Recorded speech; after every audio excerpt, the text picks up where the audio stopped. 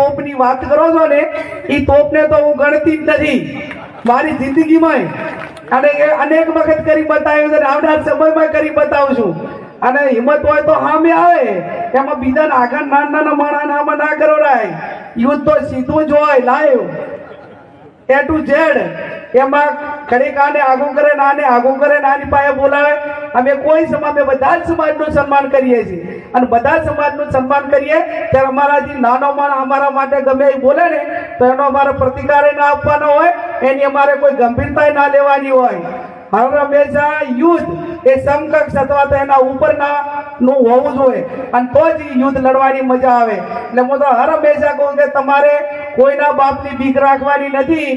મને રાજકારણમાં નફો થાય કે નુકસાન થાય, આ તમે બધા બેઠા છો, મારે અહીંયા 5 વેપારી કે કોઈ વ્યક્તિઓ ક્યારેક કોઈ પણ નાના મોટું કામ લઈને આવ્યા હોય અને એક પણ વખત હું પાછો ગયો હોય એવો એક દાખલો તમે મને બતાવજો તો હું તમારી પાસે વોટ માંગવાની અધિકાર નહીં રહું. બાકી તો તમારા સુખ દુઃખમાં કાયમી ભાગીદાર બની છું.